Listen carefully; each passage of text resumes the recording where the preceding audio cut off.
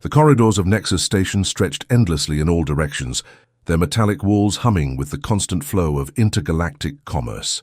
Thousands of species from across the known galaxy converged here daily, their exotic forms creating a tapestry of scales, fur, crystalline appendages, and bioluminescent patterns.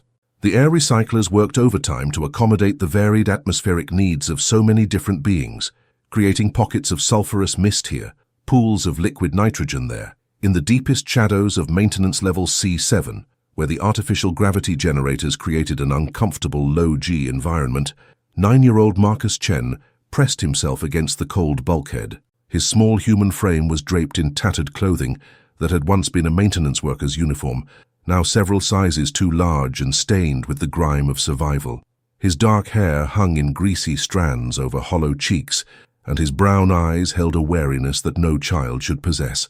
The boy's stomach cramped with familiar hunger as he watched a group of Zephyrian traders lumber past, their 6 legs clicking against the deck plating. Their bulbous heads swiveled toward him, compound eyes glittering with disdain. "Look, another human pest," one of them buzzed in Galactic Standard, its translator unit rendering the words with mechanical precision. "Still alive, somehow." "Disgusting," another replied, mandibles clicking. "The station should have disposed of it cycles ago. Humans are nothing but vermin." They moved on, their laughter a harsh, chittering sound that echoed off the walls. Marcus had learned long ago not to respond to such taunts. It only made things worse. He slipped deeper into the shadows, following a maintenance tunnel that led to one of his favorite hiding spots, a small alcove behind the water reclamation systems where the constant hum of machinery masked his presence. Here he had built himself a makeshift shelter from discarded thermal blankets and cargo netting. It wasn't much, but it was home. As he settled into his corner, Marcus pulled out his most treasured possession, a small worn photograph of 2 humans, a man and woman with kind faces and warm smiles. They stood in what looked like a garden on some distant world, sunlight streaming through alien trees behind them. On the back, in fading script, were the words, "For our brave little explorer, love always, Mom and Dad." He had no memory of these people. The photo had been in his pocket when station security found him 3 years ago, alone and terrified in the cargo hold of a derelict transport ship. No one knew how he'd gotten there or what had happened to the ship's crew. The authorities had tried to locate his family, but in a galaxy of trillions of beings, 2 dead humans were hardly worth the effort.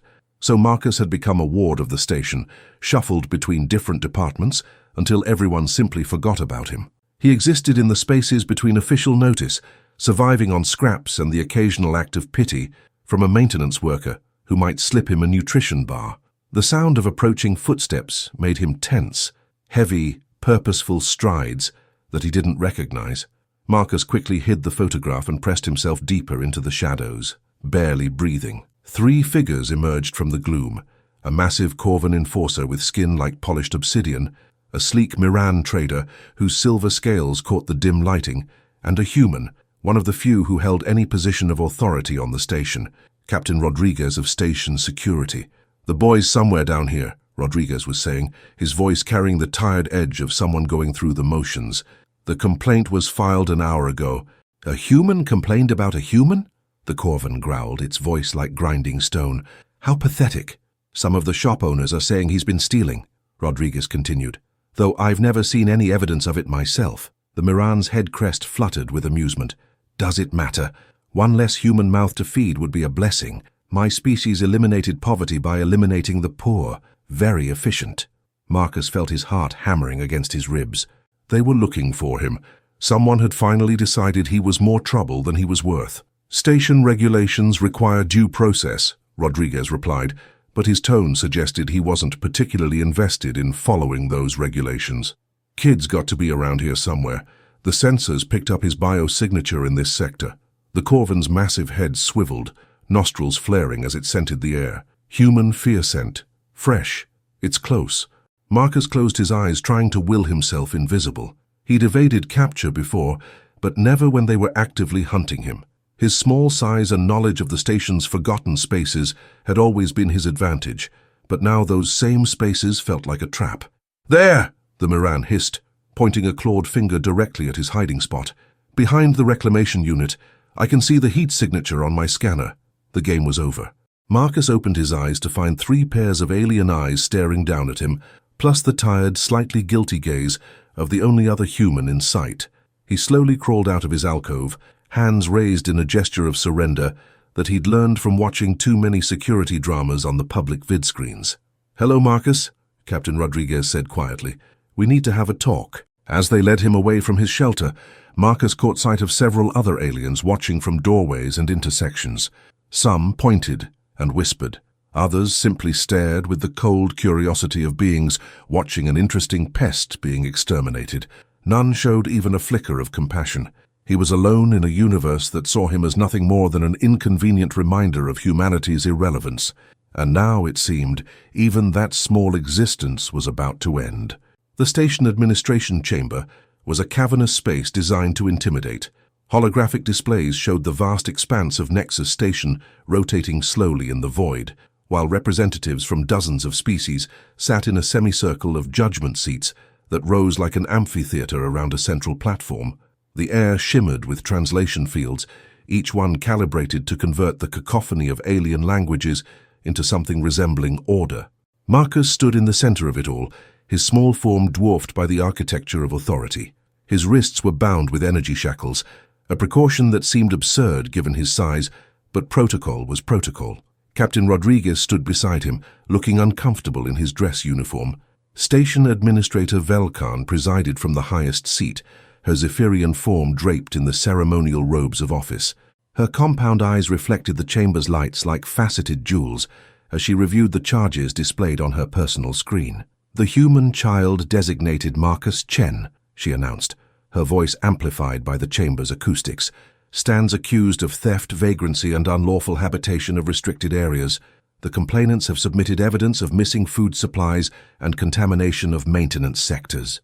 A murmur rippled through the assembled crowd. In the gallery above, Marcus could see dozens of aliens who had come to witness what was likely the first and last time a human child would be formally tried by station authority. Some seemed bored, others amused. A few recorded the proceedings on personal devices. "The accused will present his defense," Velkan continued.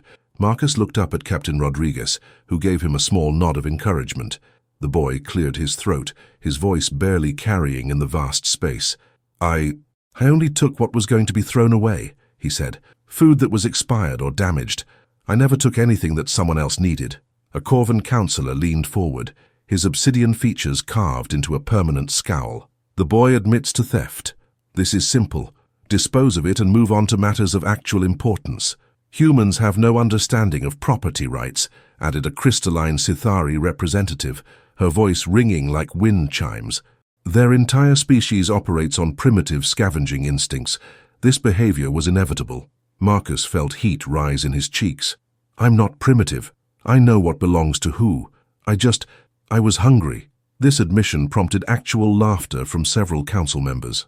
A Miran delegate with silver scales and emerald eyes stood up, spreading his arms in a gesture of mock sympathy. "Oh, the poor little human was hungry," he said, his tone dripping with condescension. "Perhaps we should establish a charity fund, collect scraps from our meals to feed the station pets." The laughter grew louder. Marcus felt himself shrinking inward, the familiar shame of being different, of being less, settling over him like a heavy blanket. He caught sight of his reflection in one of the polished surfaces, a dirty, malnourished child, surrounded by beings who saw him as barely worth their notice. "The child is clearly incapable of civilized behavior," Velkan declared. "Station resources cannot be wasted on rehabilitation programs for primitive species. I recommend immediate deportation to the nearest human colony world." "The nearest colony is 47 light-years away," Rodriguez interjected. "The transport costs alone would—" "Not our concern," the Corvan counselor rumbled. "Load it onto the next freight hauler heading in that general direction.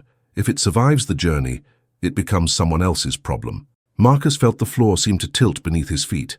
Deportation meant being loaded into a cargo hold, with no guarantee of food, water, or even breathable air.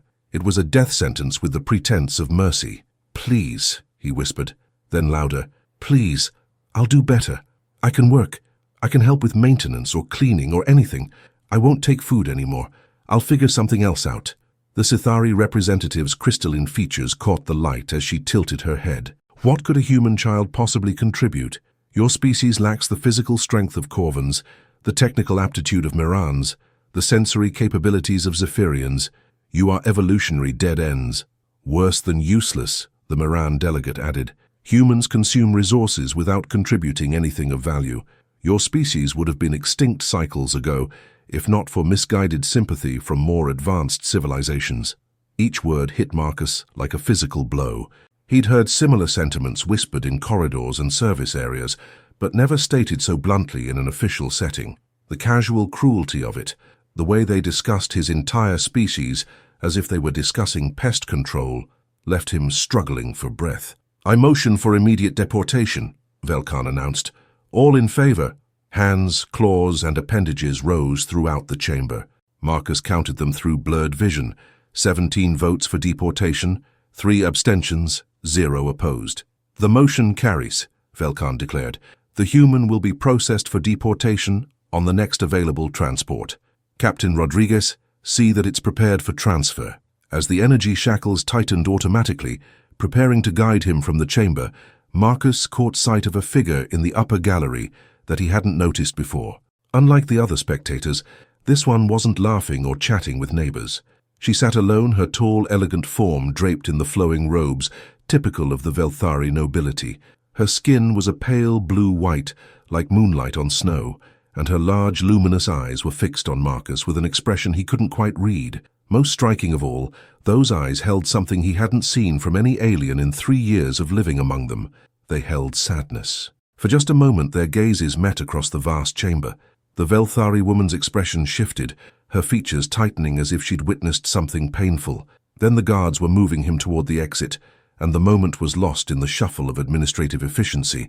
As he was led away, Marcus could hear the council already moving on to their next agenda item, a trade dispute over mining rights in some distant system. His entire future had been decided in less than 10 minutes, a brief interruption in their day's work. The chamber doors sealed behind him with a sound like finality itself. Lady Serafina Velnara remained in her seat long after the administration chamber had emptied. The other spectators had filtered out in clusters, their conversations already moving on to more pressing matters, trade negotiations, territorial disputes, the mundane business of a galaxy that kept spinning regardless of one small human boy's fate. But Serafina couldn't move. The image of the child's face, those dark eyes wide with fear and desperate hope, remained burned into her memory like a brand. She had come to the hearing out of mere curiosity, having heard whispers in the diplomatic quarters about the unusual case of a human being formally processed by station authority. She had not expected to witness such casual cruelty. Her pale blue fingers traced the edges of her mourning pendant, a crystalline teardrop that hung from a chain around her neck.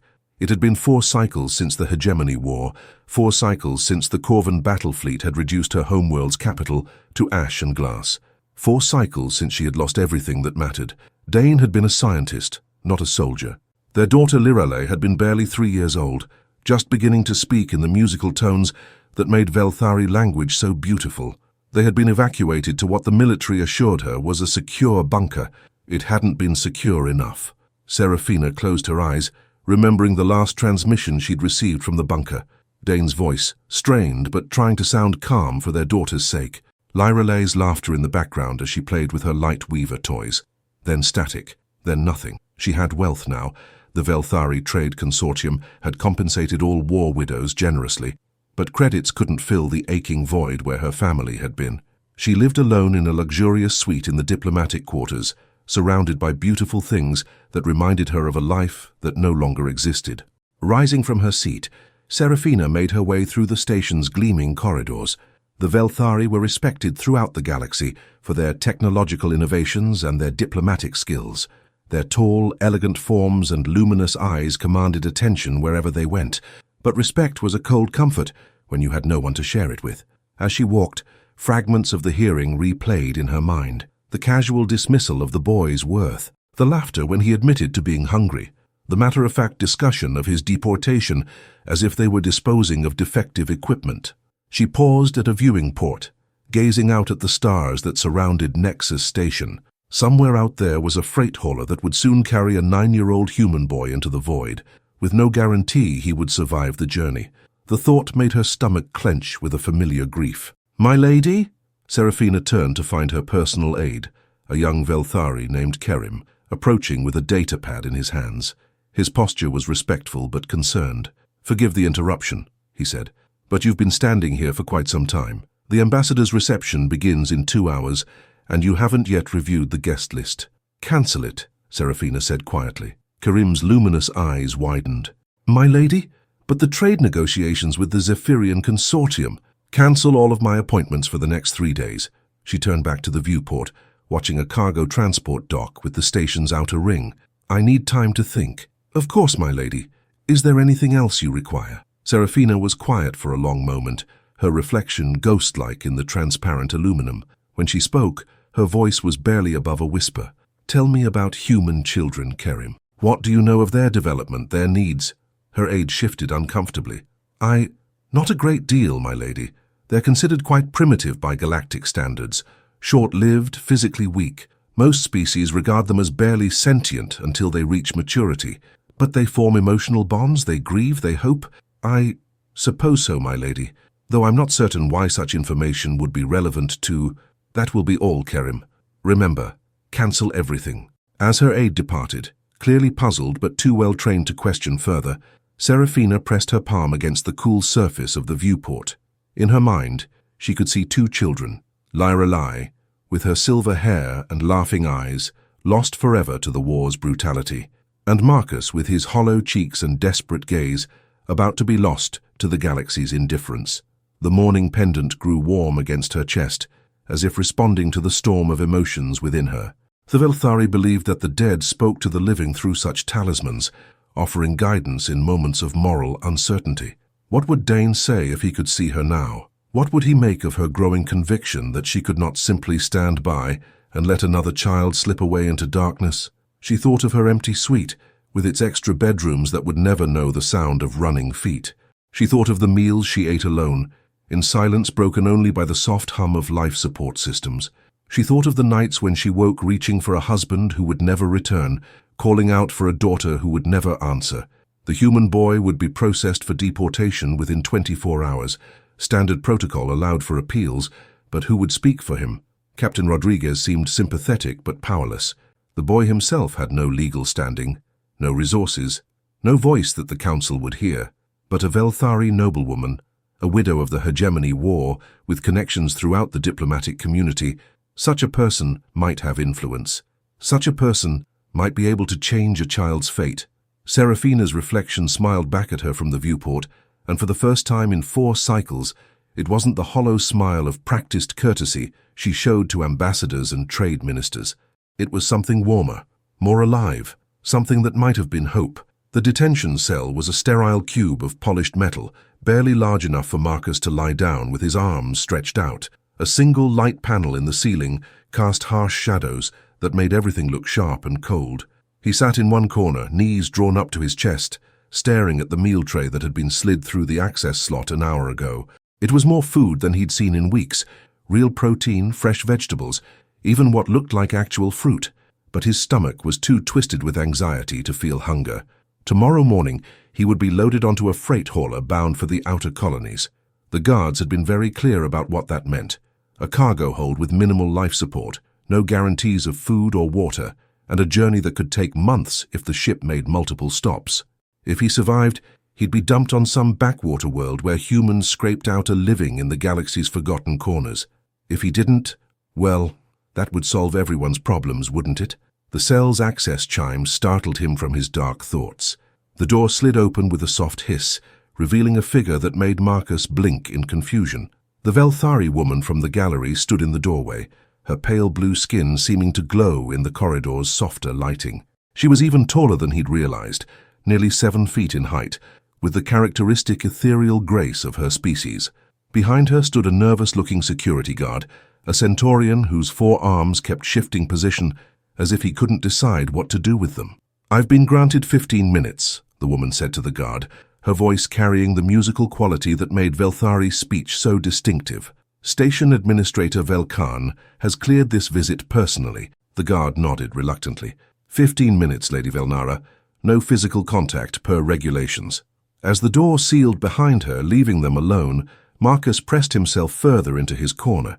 In his experience, when powerful aliens took personal interest in him, it usually meant more trouble. "Hello, Marcus," she said, settling gracefully onto the cell's single bench. Even sitting, she towered over his huddled form. "My name is Serafina. I attended your hearing today." Marcus nodded warily. "I saw you. You're the only one who wasn't laughing." Something flickered across her luminous features. Pain, perhaps, or recognition. "No, I wasn't laughing." They sat in silence for a moment, studying each other across the small space. Up close, Marcus could see the details that marked her as nobility, the intricate patterns embroidered into her robes, the crystalline pendant at her throat, the way she held herself with unconscious authority. But her eyes held a sadness that seemed as deep as his own. "Why are you here?" he asked finally. "I'm not entirely certain," Serafina admitted. "When I saw you today in that chamber, surrounded by all those voices telling you that your life had no value," she paused, touching the pendant at her throat, "I couldn't simply walk away. But I'm just a human. Your people don't care about humans." "My people have many opinions," she replied carefully. "Not all of them are necessarily correct." Marcus studied her face, looking for signs of deception or mockery. He'd learned to read the subtle cues that warned him when someone was setting up a cruel joke. But this alien woman's expression remained steady, almost gentle. "The guard said you got permission to see me from the administrator. Why would she let you?" A small smile touched Serafina's lips. "The Velthari have certain diplomatic privileges, and Administrator Velkan owes my family a considerable debt from the trade negotiations that established this station. So you're important. In some circles, yes." Marcus pulled his knees closer to his chest. "Are you here to tell me about the freight hauler? About what's going to happen tomorrow?" "Actually," Serafina said, leaning forward slightly, "I'm here to ask you a question. A very important question, and I need you to think carefully before you answer." Something in her tone made Marcus look up, meeting those luminous eyes directly for the first time. There was an intensity there that made him forget, momentarily, that she belonged to a species that considered humans barely worth notice. What kind of question? If there was another option, something other than deportation, would you want it? Marcus blinked. "I don't understand. The legal proceedings are complete. The deportation order has been signed, but there are certain provisions in station law, certain protocols that could be invoked by someone with sufficient authority and resources." Serafina's voice grew quieter, more personal. "I could petition for custody transfer, take legal responsibility for you as a ward. You would live in my quarters under my protection." The words hung in the air between them like something too fragile to touch. Marcus felt his heart begin to race. You would do that? For me? But why? You don't even know me." "No," Serafina said softly. "But I know what it's like to lose everything, to be alone in a universe that seems indifferent to your pain." Her hand moved unconsciously to her pendant. "I know what it feels like to watch someone you care about slip away, and to realize too late that you could have done something to help. But the other aliens will think you're crazy, taking in a human kid. They already think we're worthless. Let me worry about what others think." Serafina's expression grew more determined. "The question is, what do you want, Marcus? I won't force this choice on you. If you prefer to take your chances with the transport, I'll respect that decision." Marcus stared at her, his mind reeling. 3 years of surviving on scraps and sleeping in maintenance tunnels, 3 years of mockery and casual cruelty from beings who saw him as barely more than vermin. And now this stranger, this alien noblewoman, was offering him something he'd stopped daring to hope for. A chance. A real chance. He started, then stopped, afraid that speaking the words aloud might make them disappear like a dream. "Take your time," Serafina said gently. "This is your choice, Marcus. Whatever you decide, I'll make sure it happens." Outside the cell, he could hear the sounds of the station continuing its endless cycle. Footsteps in corridors, the hum of machinery, the distant chatter of aliens going about their business. Tomorrow, he could be part of that again, not hiding in shadows, not scrounging for scraps, but actually living, with someone who looked at him and saw something worth saving. "Yes," he whispered, then louder, "Yes, please, I want to stay." Serafina's smile was like sunrise after a long night. "Then welcome to your new life, Marcus Chen." The diplomatic quarters occupied the station's most prestigious sector, where the artificial gravity was precisely calibrated and the air recyclers maintained perfect atmospheric conditions for a dozen different species. Marcus walked beside Serafina through corridors lined with exotic artwork and flowering plants that seemed to glow with their own inner light. He felt impossibly small next to her graceful stride, his scuffed maintenance coveralls a stark contrast to her flowing robes. The other beings they passed, mostly diplomats and trade representatives, stared openly at the unusual pair. Some whispered behind raised hands or appendages, their translator units buzzing with fragments of conversation. Is that the human child from the hearing? What is Lady Velnara thinking? Disgraceful. A noblewoman reducing herself to charity work. Serafina seemed oblivious to the stares and whispers, her luminous eyes focused straight ahead. But Marcus caught the slight tightening around her eyes, the barely perceptible stiffening of her shoulders. She was aware of every word, every judgmental glance. "Are you sure about this?" he asked quietly as they approached a door marked with elegant Velthari script. "It's not too late to change your mind." Serafina paused, her hand hovering over the entrance panel. When she looked down at him, her expression was gentle but resolute. "Marcus, I've spent 4 cycles making safe choices, comfortable choices, choices that protected me from further pain, but also kept me from truly living." She touched the mourning pendant at her throat. "Today I'm choosing something different." The door slid open, revealing quarters that took Marcus's breath away. The main living area was vast by station standards, with curved walls that created a sense of flowing space. Bioluminescent panels provided soft, warm lighting that seemed to respond to their presence, brightening as they entered. A large viewport offered a stunning view of the nebula that surrounded Nexus Station, its purple and gold clouds slowly swirling in the cosmic wind.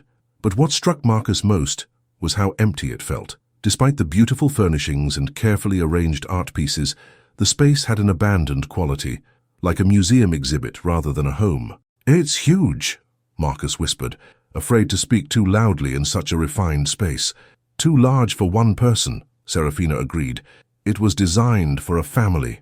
She led him through the quarters, showing him a kitchen equipped with food synthesizers that could accommodate multiple species' dietary needs, a study lined with data storage units and holographic displays, and what appeared to be a meditation chamber filled with crystals that hummed softly when they approached. Finally, she stopped before a closed door near the end of a hallway.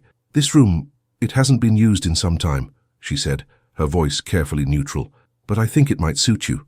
The door opened to reveal a space clearly designed for a child. The walls could display any environment, currently showing a peaceful forest scene with sunlight filtering through alien trees. A comfortable bed sat against one wall, while a desk and chair occupied the area near the viewport.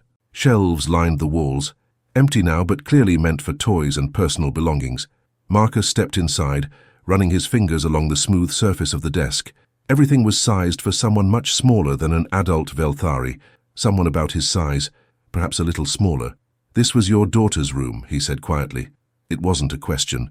Serafina stood in the doorway, her tall form framed by the corridor light. "Lyra Lee, she would be about your age now if—" She trailed off, her luminous eyes distant with memory.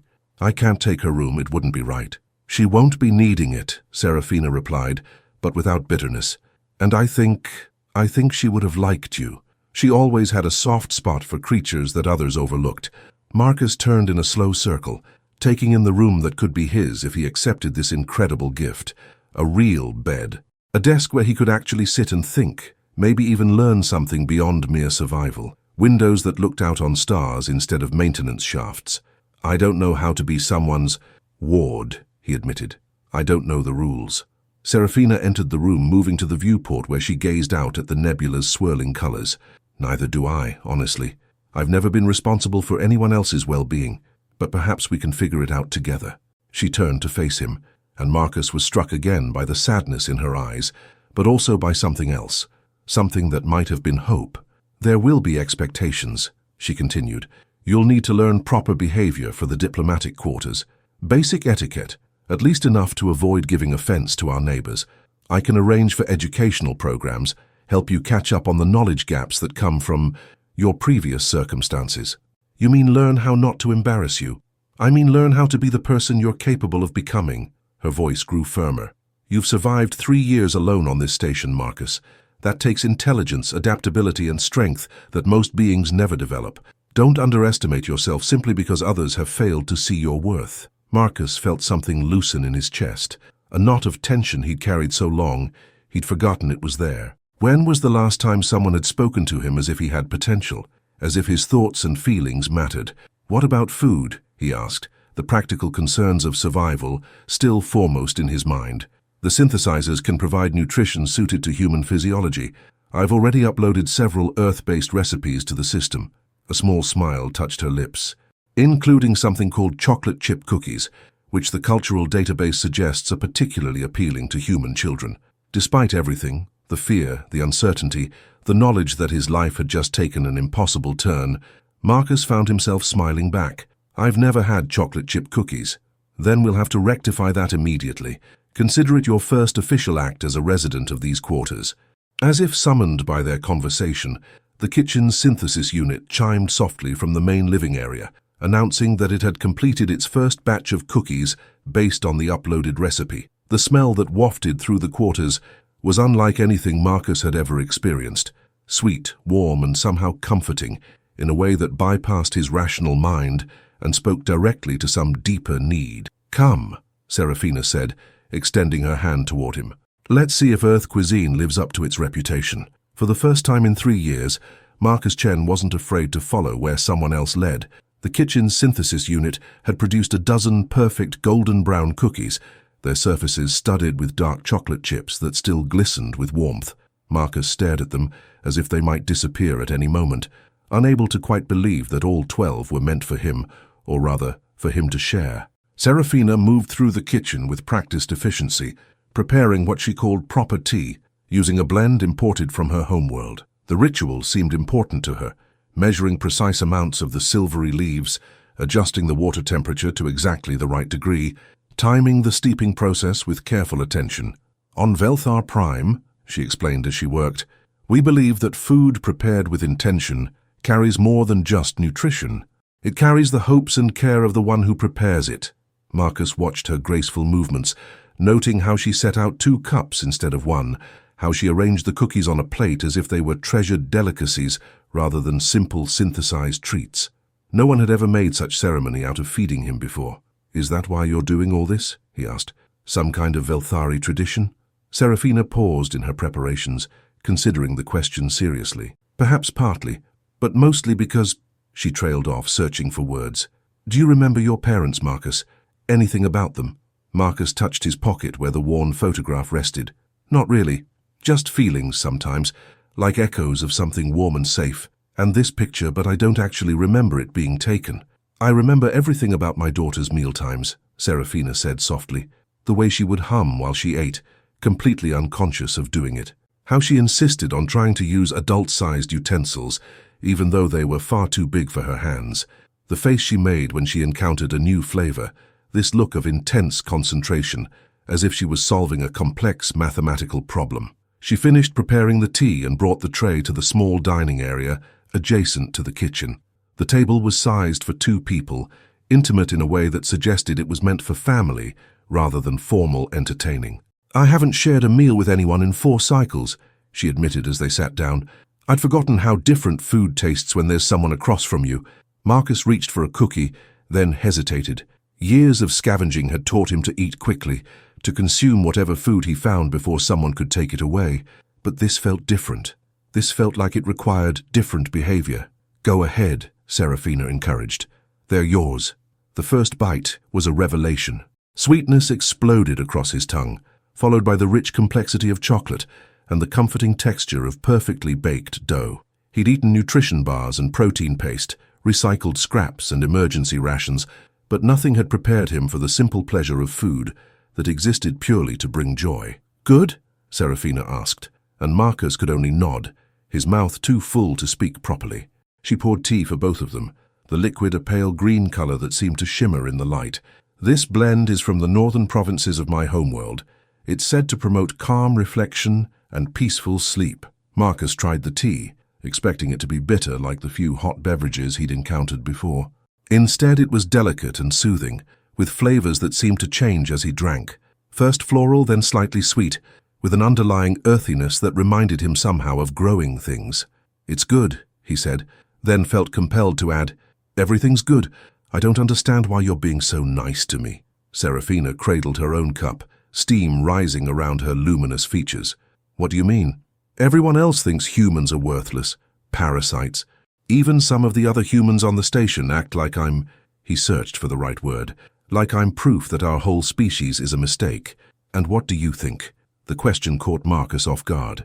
No one had ever asked him for his opinion about anything, let alone something so fundamental.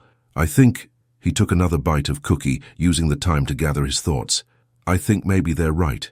I mean, look at me. I can't do anything useful.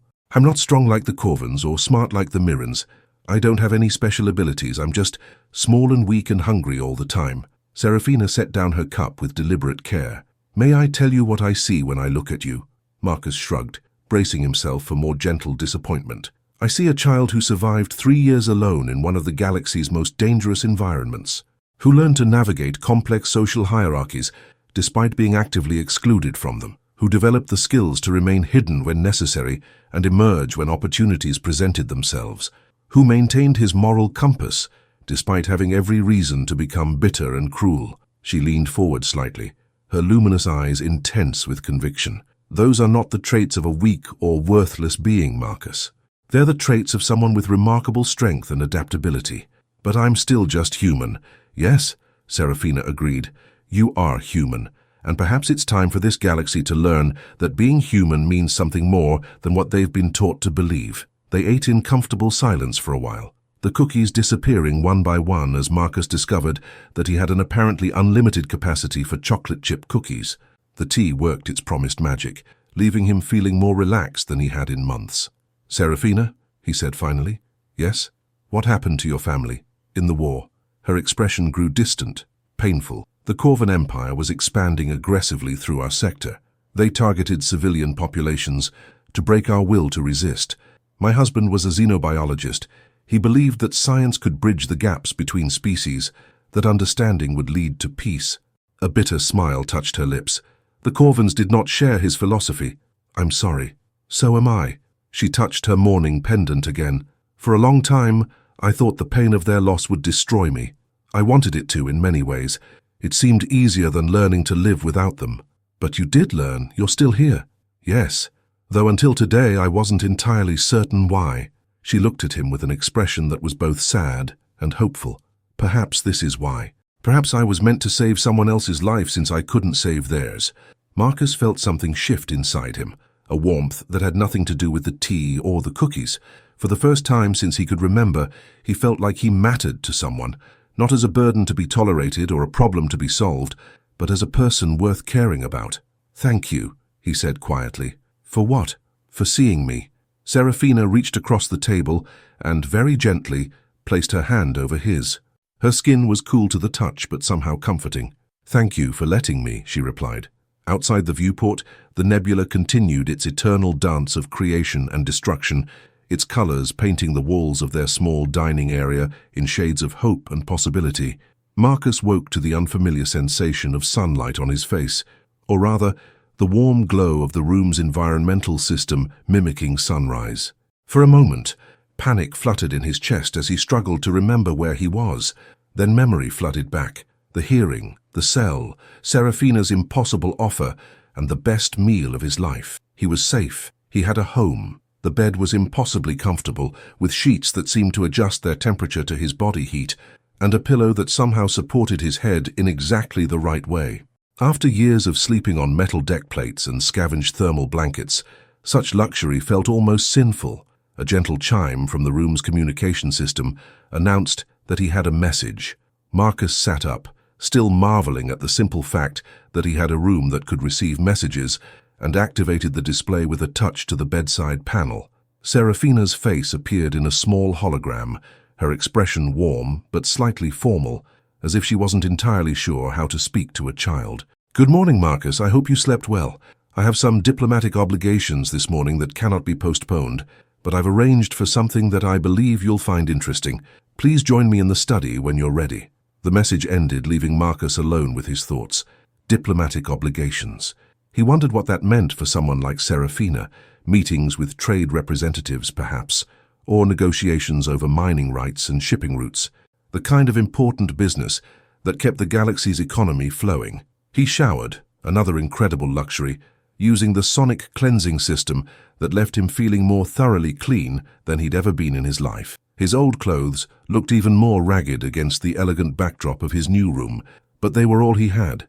The study was empty when he arrived, but a note in Serafina's elegant script directed him to the central holographic display. When he activated it, the room filled with a three-dimensional star map showing their local sector of the galaxy. Hundreds of systems glowed like jewels suspended in space, connected by the shimmering lines that represented major trade routes. Impressive, isn't it? Marcus spun around to find a figure standing in the doorway, but not Serafina. This was another Velthari male, with the silver-white skin and luminous eyes characteristic of his species, but dressed in the simple robes of a scholar rather than the elaborate finery of nobility. "Who are you?" Marcus asked, instinctively taking a step back. "My name is Professor Kael Vortine," the alien replied with a slight bow. "Lady Velnara has retained my services as your tutor." "My tutor?" "Indeed.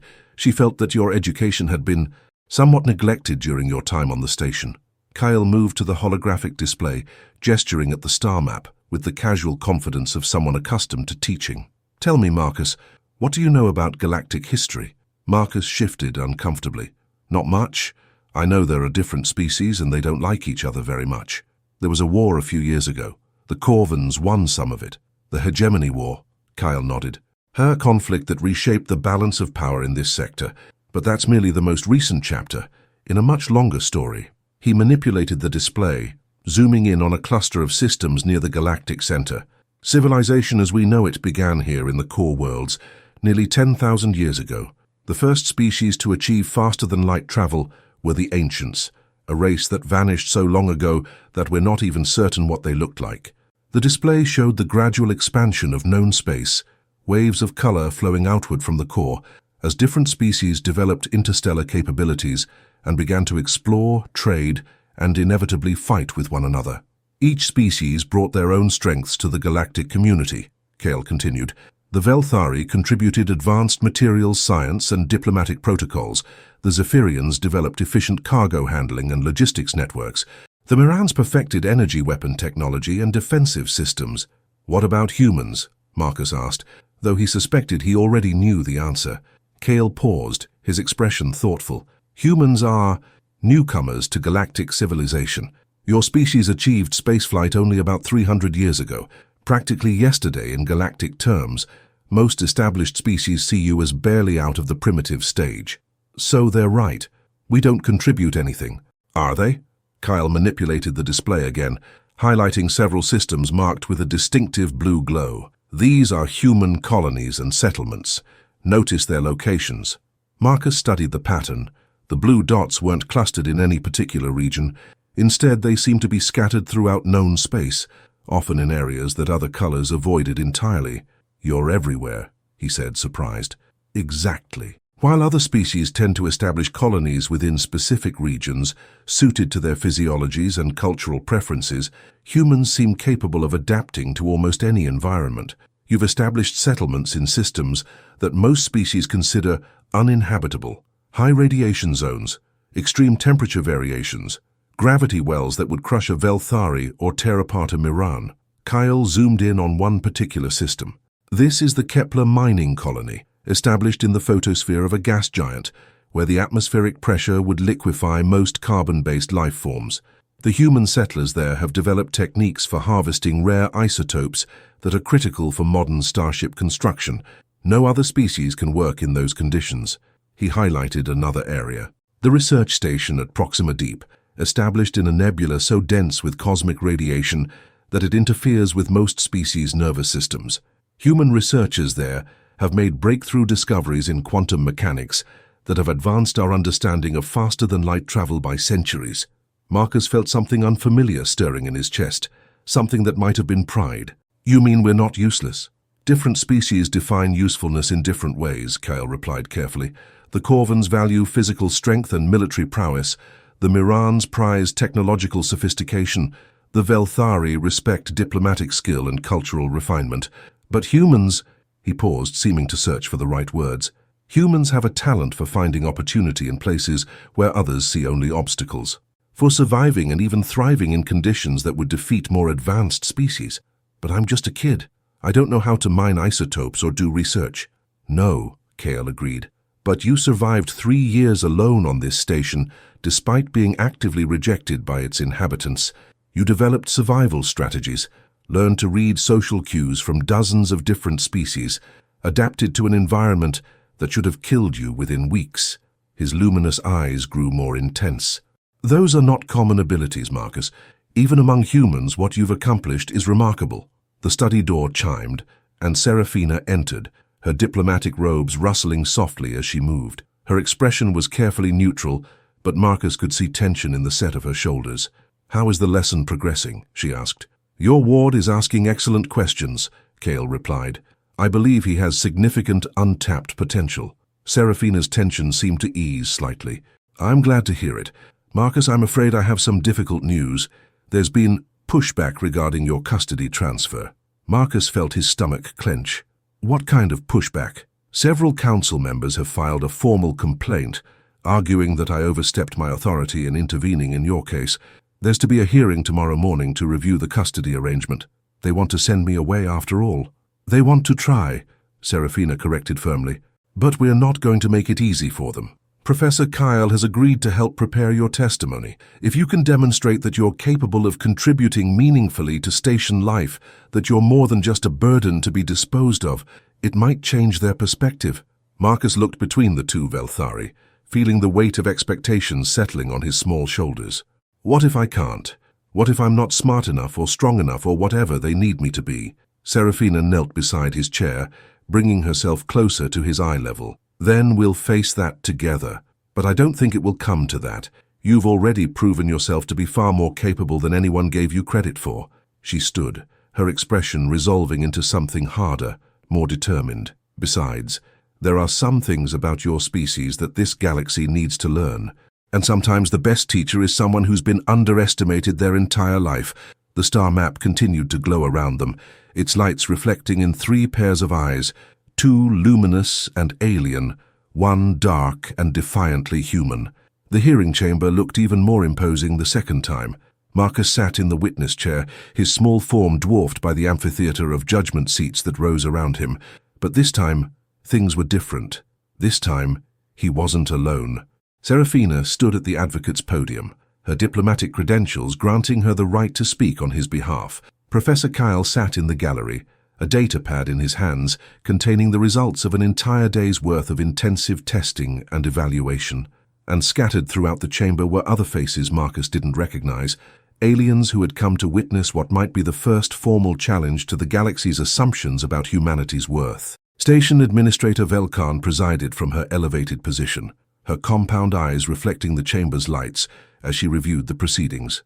The same council members who had condemned Marcus 2 days earlier sat in their assigned seats, their expressions ranging from annoyed to openly hostile. "This hearing has been convened," Velkan announced, "to review the custody transfer granted to Lady Serafina Velnara regarding the human child designated Marcus Chen. Councillor Thax of the Corvan delegation has filed a formal complaint arguing that this arrangement violates station protocols and sets a dangerous precedent." The massive Corvan councillor rose from his seat, his obsidian features carved into their permanent scowl. "Station Administrator, this farce has gone on long enough. The human was sentenced to deportation through proper legal channels. That a Velthari noblewoman chose to intervene does not change the fundamental facts. The creature is a drain on station resources, with no capacity to contribute meaningfully to civilized society." Murmurs of agreement rippled through several sections of the chamber. Marcus felt his heart hammering against his ribs, but forced himself to sit straight and keep his expression calm. Professor Kyle had spent hours teaching him about proper courtroom behavior, about the importance of appearing confident, even when terrified. "Furthermore," Thax continued, "allowing such interventions undermines the authority of this council and encourages other charitable impulses that could burden the station with additional undesirable populations." "Lady Velnara," Administrator Velkan said, "you have requested the opportunity to present evidence in defense of your custody arrangement. The council will hear your arguments." Serafina stepped forward, activating the chamber's holographic display system with a gesture. The air above the central platform shimmered, then resolved into a 3-dimensional model of Nexus Station itself. "Honored administrators," she began, her voice carrying clearly through the chamber's acoustics. "The question before us today is not whether humans deserve charity, but whether this council has been guilty of criminal waste of valuable resources." The statement sent a shocked ripple through the gathered officials. Several council members leaned forward in their seats, suddenly more attentive. "Over the past 24 hours, Serafina continued, Professor Kyle Vorthein, a recognized expert in comparative xenopsychology, has conducted a comprehensive evaluation of Marcus Chen's capabilities. With the Council's permission, I would like Professor Kyle to present his findings." Velkan's antennae twitched with curiosity. "Proceed." Kyle rose from his seat in the gallery, moving to the secondary podium with scholarly precision.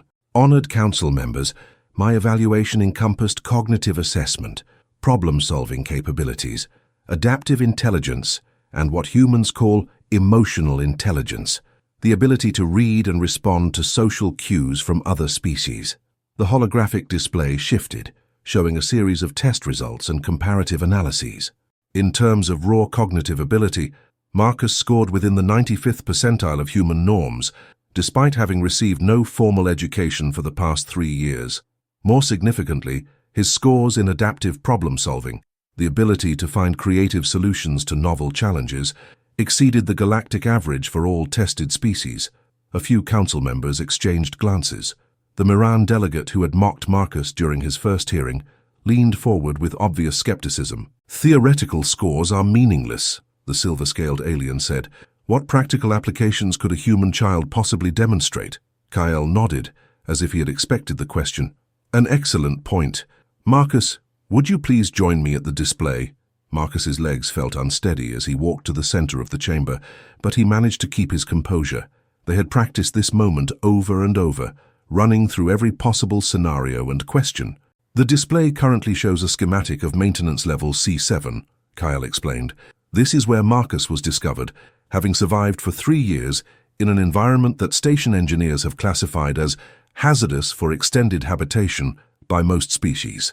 The hologram zoomed in on specific areas, highlighting the complex network of corridors, service shafts, and mechanical spaces that comprise the station's deepest levels.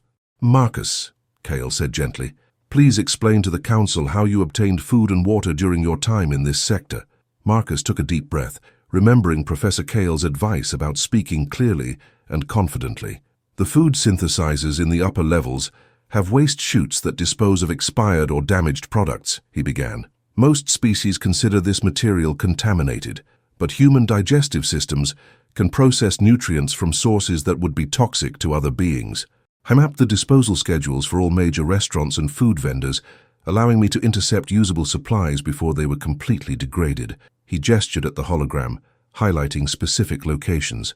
"For water, I discovered that the atmospheric recyclers in sections 12 through 18 had a maintenance floor. They were venting approximately 3.7 liters of purified water per day through overflow valves that were supposed to be sealed. I constructed collection systems using discarded maintenance equipment." The chamber had grown very quiet. Even the council members who had seemed most dismissive were now paying close attention. "The thermal regulation in the lower levels fluctuates by up to 30 degrees depending on the station's operational cycles," Marcus continued. "I created insulated shelters using emergency thermal blankets and cargo netting, positioned in areas where waste heat from the power cores provided consistent warmth without risking exposure to radiation." Councillor Thax's obsidian features had shifted from contempt to something approaching interest. "The child claims to have performed these calculations without access to station technical manuals or engineering databases."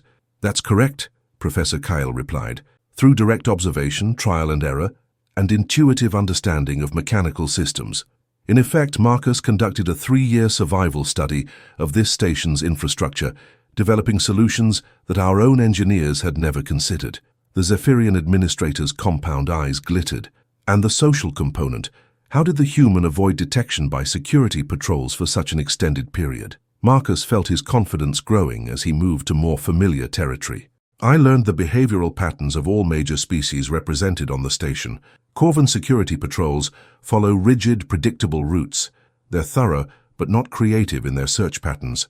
Zephyrian maintenance crews work in groups and communicate constantly, so avoiding them required understanding their hierarchical structure and work schedules." He highlighted different areas of the station schematic. Miran traders are highly observant, but focus on detecting threats to commerce rather than general security. Velthari diplomats rarely venture into industrial sectors and can be avoided simply by staying away from their operational areas during peak activity periods. In essence, Serafina said, stepping forward, this 9-year-old human child conducted a successful 3-year intelligence operation against station security, while simultaneously developing innovative solutions to resource management problems that our trained engineers had not anticipated. The silence in the chamber was profound. Marcus could see the council members reassessing their assumptions, their expressions shifting from dismissive contempt to something approaching respect. Administrator Velkan spoke first. These are impressive accomplishments, but the question remains, what practical value do these skills have for station operations? Serafina smiled, and Marcus recognized the expression from their practice sessions. This was the moment they had been preparing for. "I'm so glad you asked," she said. Serafina activated a new section of the holographic display, and the chamber filled with detailed schematics of the station's lower maintenance levels. But these weren't the standard blueprints Marcus had expected. They were annotated with hundreds of small modifications, efficiency improvements, and previously unknown structural vulnerabilities. Yesterday, I asked Marcus to conduct a comprehensive survey of maintenance level C7, Serafina announced. Not as a survival exercise, but as a formal assessment of station infrastructure. What he discovered should concern every being on this station. She gestured, and specific areas of the schematic began to glow red.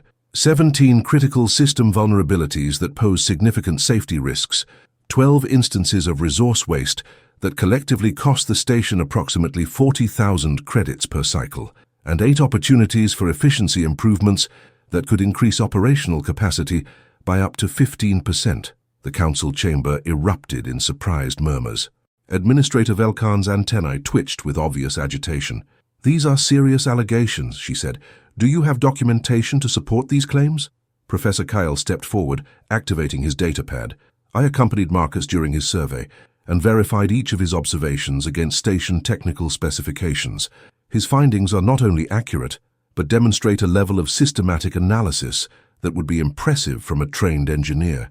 Marcus felt his heart racing as hundreds of alien eyes focused on him, but Serafina had taught him to channel his nervousness into focus, to remember that he was speaking for more than just himself. "The most serious issue is in Section 14, Marcus said, pointing to a specific area of the schematic.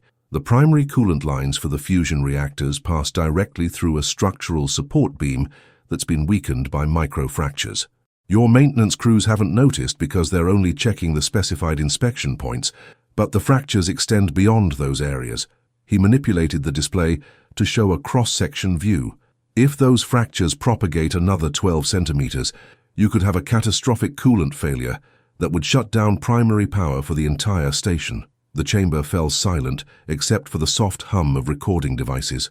Several council members were frantically accessing their personal data systems, presumably checking the accuracy of Marcus's claims against official maintenance reports.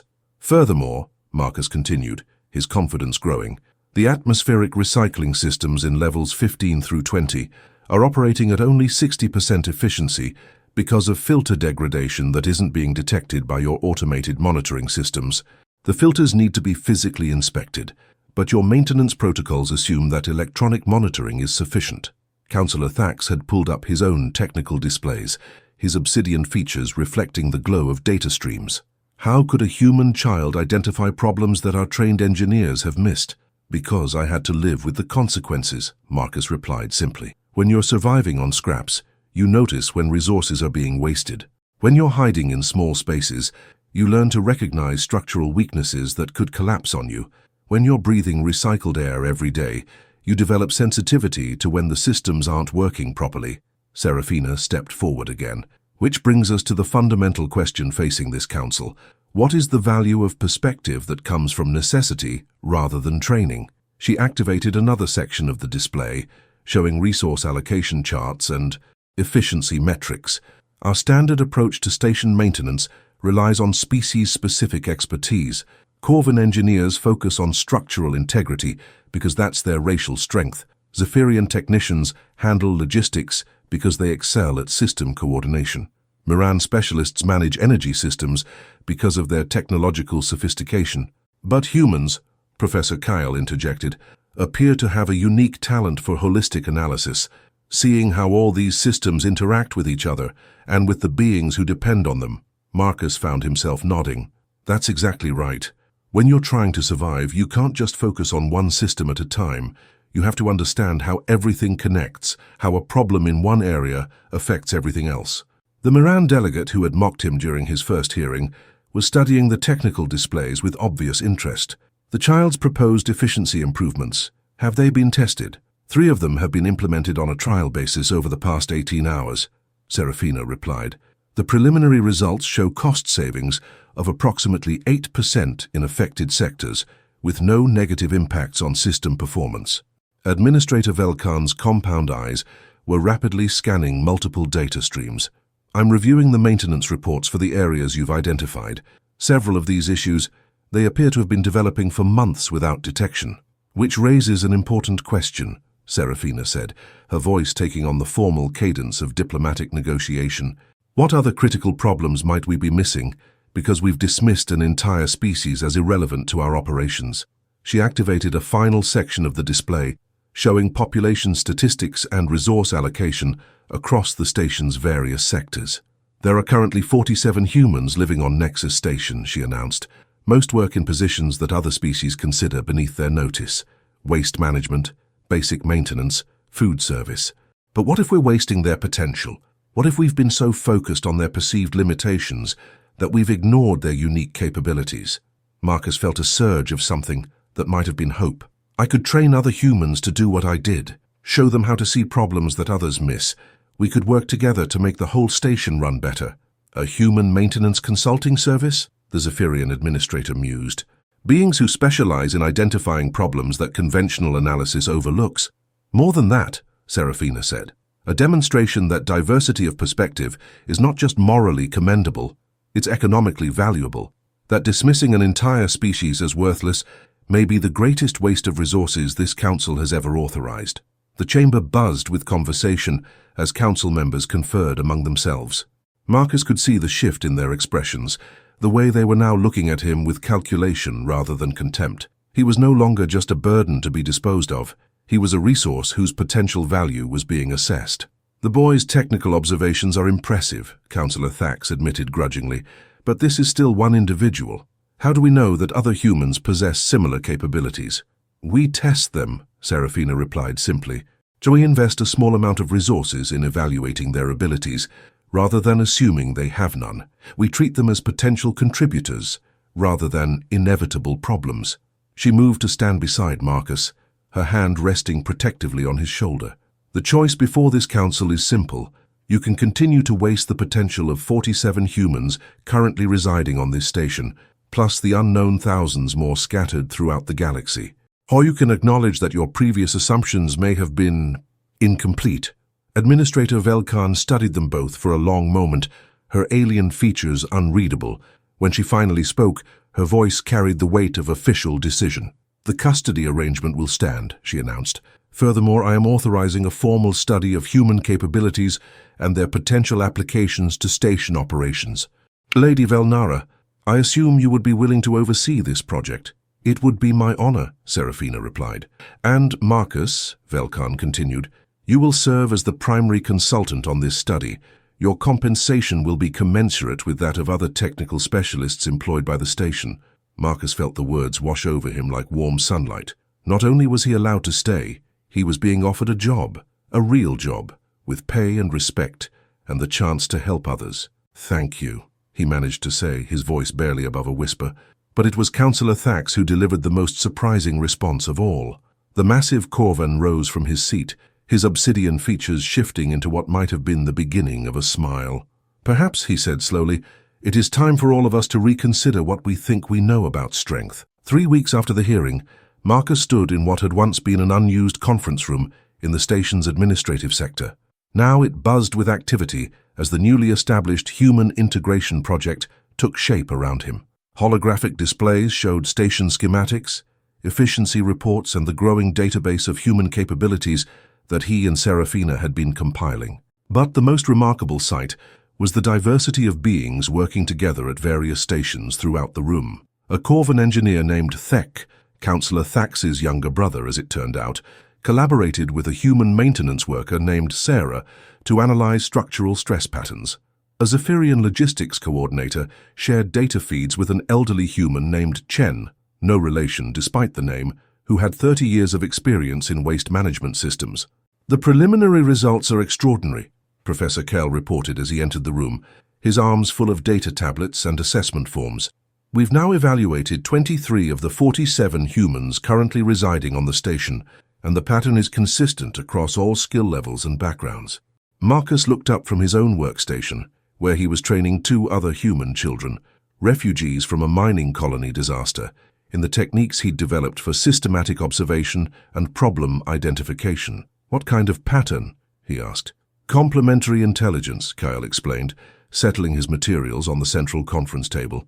"Each species we've studied shows excellence in specific areas, but also blind spots where their racial strengths actually work against them. Humans seem uniquely capable of operating effectively in those blind spots." Serafina emerged from her office at the far end of the room, looking more energetic than Marcus had ever seen her. The project had given her a purpose that went beyond mere diplomatic obligations, and the change was remarkable. "Show him the mining operation analysis," she suggested. Kale activated the room's main holographic display, showing a 3-dimensional model of an asteroid mining facility. "This is the Kepler-7 operation that was mentioned during your first lesson. The human workers there have developed extraction techniques that are 60% more efficient than standard procedures, but they couldn't explain why their methods worked better." He zoomed in on specific sections of the mining complex. "After extensive analysis, we discovered that humans instinctively account for variables that other species either ignore or consider irrelevant. Micro-vibrations in the asteroid's structure, subtle changes in material density, even the psychological effects of working in confined spaces for extended periods. It's like they're solving a puzzle that everyone else is only seeing part of," Marcus observed. "Exactly, and the implications extend far beyond mining." Serafina activated her own data display, showing a star chart dotted with human settlements. "We've begun reaching out to other human colonies, comparing their innovations to standard galactic practices. The results are illuminating." Marcus studied the data streams flowing across the display. Agricultural techniques that produced 30% higher yields in marginal environments. Diplomatic protocols that had prevented conflicts between traditionally hostile species. Engineering solutions that were simultaneously simpler and more effective than conventional approaches. "We're not just survivors," he said, the realization dawning slowly. "We're innovators." "More than that," came a familiar voice from the room's entrance. Marcus turned to see Councillor Thax entering, his massive frame requiring him to duck slightly to pass through the doorway. Over the past few weeks, the Corvan had become an unexpected ally, his natural respect for capability overcoming his species' traditional dismissal of physical weakness. "You are bridges," Thax continued, approaching the main display. "My people excel at individual strength, but we struggle with collaborative problem-solving. The Morans are masters of technology, but often overlook practical applications. The Zephyrians organize efficiently but resist adaptive thinking." He gestured at the humans working throughout the room. "But humans seem capable of learning from all of us, taking the best aspects of each approach and combining them into something new. You are natural diplomats not because you are weak, but because you are adaptable." Marcus felt a familiar warmth in his chest, the same feeling he'd experienced during that first meal with Serafina, when someone had seen value in him instead of just problems to be solved. "What happens now?" he asked. "I mean, this is great, but we're still just one station. There are billions of humans scattered across the galaxy, and most of them are still treated like, well, like I was." Serafina's expression grew more serious. "That's the larger challenge we're facing. Changing minds on Nexus Station was relatively simple. We had concrete data and immediate practical benefits to point to, but shifting galactic attitudes toward an entire species will require a different approach," Professor Kale finished. "We need to document human achievements systematically, create educational materials that can be distributed throughout known space, establish formal recognition of human capabilities within existing institutional frameworks." And we need human advocates in positions of influence, Thax added. Beings like Lady Velnara who can speak for your species in forums where humans currently have no voice.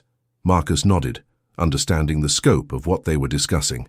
It's going to take a long time, isn't it? Generational change usually does, Serafina agreed. But we're not starting from nothing. Every human who proves their worth, every innovation that saves lives or improves efficiency, every mind that's changed, it all builds towards something larger. She moved to the viewing port, gazing out at the stars beyond. Besides, we have something working in our favor that previous advocates for change have lacked. What's that? Evidence. Measurable, reproducible evidence that human contributions have real value. It's hard to argue with improved efficiency ratings and cost savings. Marcus joined her at the viewing port, watching the traffic of ships coming and going from the station's docking bays. Each vessel carried beings from dozens of different worlds, representing hundreds of distinct cultures and ways of thinking. For the first time, he felt like humanity might actually belong in that vast tapestry of galactic civilization. Serafina, he said quietly. Yes, thank you, not just for saving me, but for seeing what I could become instead of just what I was. She placed her hand on his shoulder, the gesture that had become natural between them over the past few weeks. Thank you for showing me that sometimes the best way to honor those we've lost is to save those we still can. Behind them, the work of building bridges continued. Human voices mixed with alien languages as species that had never collaborated before found common ground in the simple recognition that diversity of thought led to better solutions. It was a small beginning, but beginnings often were, and in the vast galaxy beyond Nexus Station, other humans, on mining colonies and research outposts in diplomatic enclaves and trading stations, continued their quiet work of proving that survival was just. The first step towards something much greater. The conversation continued to flow around them, but for a moment, Marcus and Serafina stood in comfortable silence, watching the future take shape, one ship, one interaction, one changed mind at a time. 6 months had passed since the human integration project began, and the effects were rippling far beyond Nexus Station. Marcus stood before the largest holographic display he'd ever seen, watching real-time data streams from across the galaxy as reports filtered in from worlds he'd only dreamed of visiting. The Galactic Commerce Guild had officially recognized human systems analysis as a specialized consulting field. 3 major shipping conglomerates had hired human teams to optimize their logistics networks. Most remarkably, the Velthari Academy of Sciences had established the first scholarship specifically for human students, with Serafina serving as the program's primary sponsor. The Kepler mining colony just reported a 43% increase in rare element extraction, Professor Kale announced from his workstation. They've implemented the collaborative analysis techniques we developed here, with human supervisors working alongside traditional species specialists. Marcus nodded, but his attention was focused on a different data stream, one that showed population movements and immigration patterns. Look at this, he said, highlighting specific data points. Human families are actually choosing to relocate to integrated communities instead of fleeing to isolated colonies. It was true. For the first time in generations, humans were moving toward the centers of galactic civilization rather than away from them. Children who had grown up in the forgotten corners of space were now applying to prestigious universities. Adults who had spent their lives in manual labor were discovering aptitudes for complex problem-solving and cross-species diplomacy. More importantly, Serafina said, entering the main project room with a data tablet in her hands, we're seeing attitude shifts in the younger generation of non-human species. Students who grow up working alongside human classmates show significantly less species-based prejudice than their parents' generation. She activated her tablet, displaying survey results from a dozen different worlds. The key appears to be collaborative experience during formative years. When children solve problems together, they learn to value different approaches, rather than dismissing them as inferior. Marcus felt a familiar surge of hope, but also a growing awareness of the magnitude of what they were trying to accomplish. It's working, he said, but it's still so slow. There are millions of humans out there who are still living like I was, hidden, forgotten, treated as worthless. Change is always slow, came a new voice from the room's entrance. Marcus turned to see someone he hadn't expected, Captain Rodriguez, the human security officer who had arrested him all those months ago. But the man's expression was entirely different now, hopeful rather than resigned. "Captain Rodriguez," Serafina said with genuine warmth, "how did the presentation go?" "Better than expected." Rodriguez approached the main display, his posture straighter than Marcus remembered. "The Security Council has approved the pilot program. 20 stations in this sector will begin implementing integrated security teams, human specialists working alongside traditional enforcement species." He turned to Marcus with something that might have been pride. "They want to use your survival techniques as part of the training curriculum. How to read environmental cues, how to predict behavior patterns across species lines, how to find solutions in situations where conventional approaches have failed." Marcus felt heat rise in his cheeks. The idea that his desperate survival methods could be valuable enough to teach to trained professionals still seemed impossible. "There's something else," Rodriguez continued. "The program includes educational support for human children currently living on participating stations, real schools with integrated curricula designed to help them develop their natural abilities. Kids like I was won't have to hide in maintenance tunnels anymore," Marcus said quietly. "That's the goal." Serafina moved to the central display, calling up a new data visualization that showed the interconnected web of changes spreading across known space. "We're seeing something unprecedented in galactic history," she said. "Not just the recognition of a previously dismissed species, but a fundamental shift in how different civilizations think about diversity and collaboration." Professor Kale joined them at the display. "The economic data is particularly compelling. Sectors with integrated human-alien workforces are showing consistently higher productivity and innovation rates. It's becoming difficult for traditional establishments to ignore the practical benefits." "Which brings us to the next phase," Serafina said, her expression growing more serious. "The Galactic Council has agreed to hear a formal presentation about human integration. It's scheduled for 3 months from now, on the central administrative world of Corellia Prime." Marcus felt his stomach clench. "The Galactic Council, that's—" "The highest level of interspecies government," Serafina confirmed. "Representatives from every major civilization, making decisions that affect trillions of beings across thousands of worlds. And they want to hear from us? They want to hear from you specifically, as the primary researcher and advocate for human integration." She paused, letting the implications sink in. "Marcus, you would be the first human to address the Galactic Council in over 2 centuries. The weight of that responsibility settled on Marcus's shoulders like a physical burden. He was still just a kid from the maintenance tunnels, still learning to navigate a universe that had spent so long considering his species irrelevant. How could he possibly represent all of humanity before the galaxy's most powerful leaders? "I can't do that," he said, his voice barely above a whisper. "I don't know enough. I'm not important enough. They need someone older, someone with credentials. They need someone with authenticity," Thax interrupted, entering the room with his usual deliberate stride.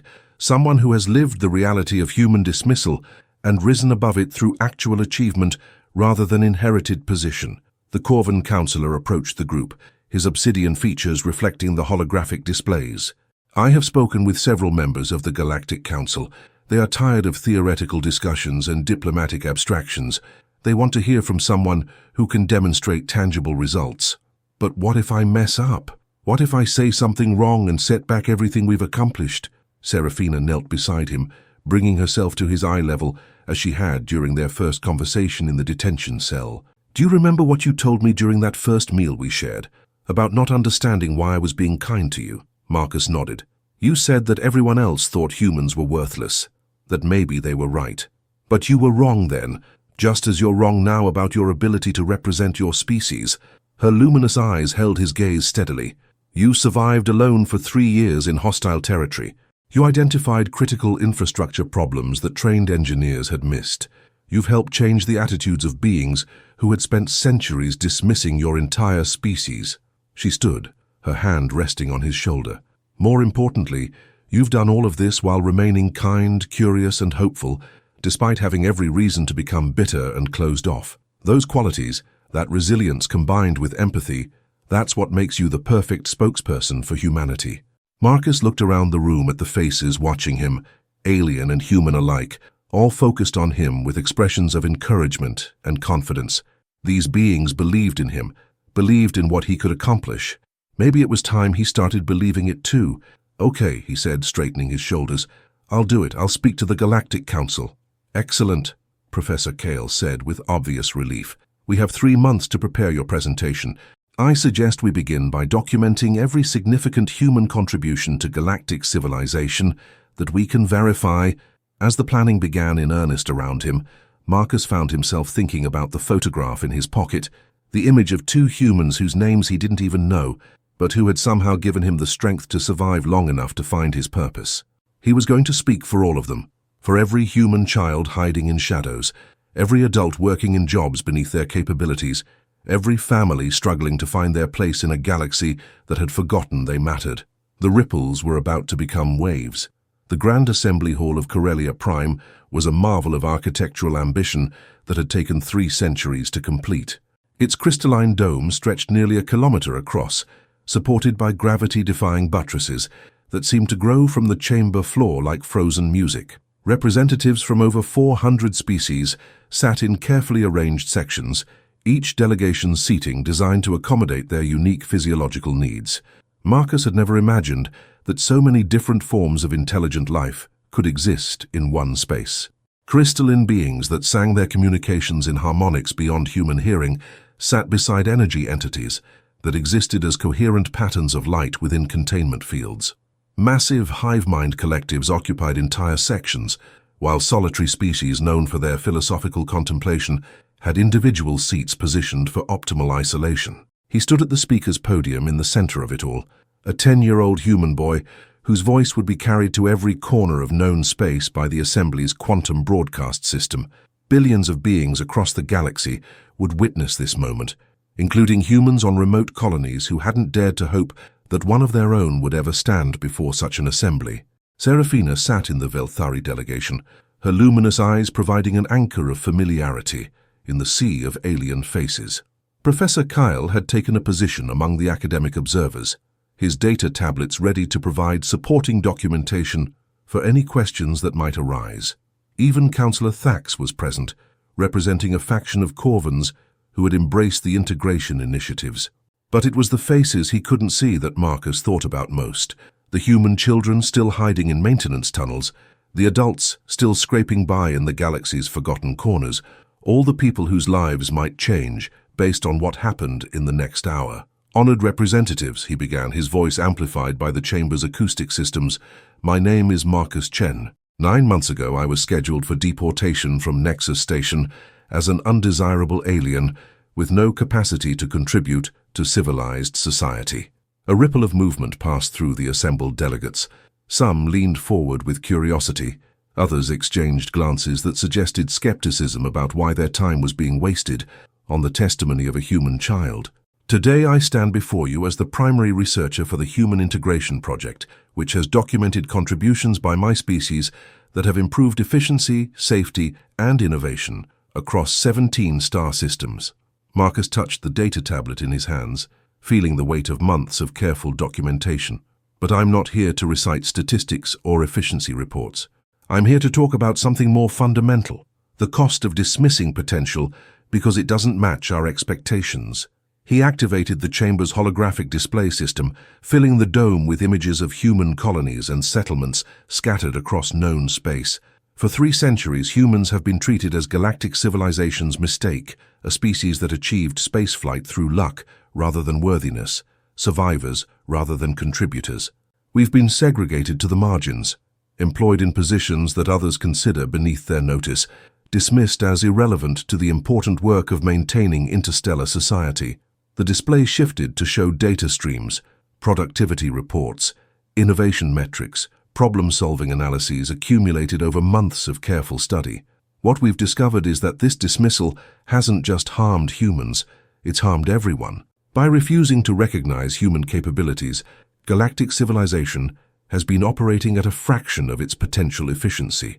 A delegate from the Christek Collective sang a question in harmonics that the translation system rendered as, "What evidence supports the claim that humans possess unique capabilities?" Marcus had prepared for this question, but living through it was different from practicing it. He looked up at the thousands of beings surrounding him, feeling the weight of their attention, their skepticism, their casual assumption that he was probably wasting their time. "The evidence is in results," he replied. "Human-supervised mining operations extract 30 to 40% more resources from marginal environments than traditional methods. Human diplomats have successfully mediated conflicts between species that had been enemies for centuries. Human engineers have developed solutions to infrastructure problems that had stumped specialists from advanced civilizations. He paused, gathering his courage for the more personal part of his testimony. But the most important evidence is adaptation. Humans don't just survive in environments that defeat other species. We learn from them. We develop new approaches, find unexpected connections, create innovations that wouldn't occur to beings with more specialized capabilities. The display changed again, showing before and after comparisons of systems where human integration had been implemented. I survived 3 years alone on Nexus Station, not because I was superior to other species, but because I had to learn from all of them. I observed Corvan engineering principles, Zephyrian logistics coordination, Miran technological approaches, and Velthari diplomatic methods. Then I combined those insights to solve problems that specialists in any single field had missed. A massive delegate from the Titan Collective spoke, its voice like distant thunder. One individual's success does not prove species-wide capability. You're absolutely right, Marcus agreed, which is why we've tested our conclusions across human populations on 43 different worlds. The pattern holds consistently. Humans show enhanced performance in collaborative, multidisciplinary problem-solving when given the opportunity to work alongside other species rather than in isolation. He activated a new section of data showing the economic impact of integration programs. The worlds that have implemented human integration policies show measurably higher productivity, lower conflict rates, and increased innovation across all participating species.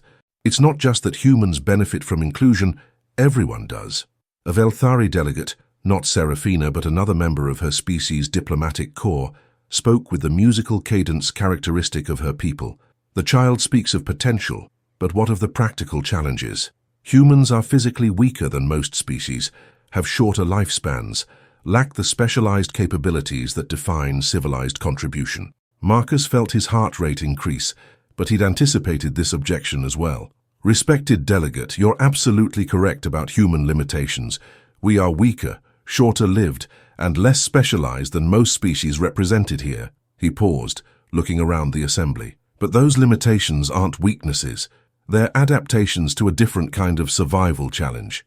The holographic display showed Earth, the blue-green world that most delegates had probably never considered worth studying. Humans evolved on a world where survival required adapting to multiple environments, collaborating across tribal boundaries, and finding creative solutions to problems that couldn't be solved through strength or specialization alone.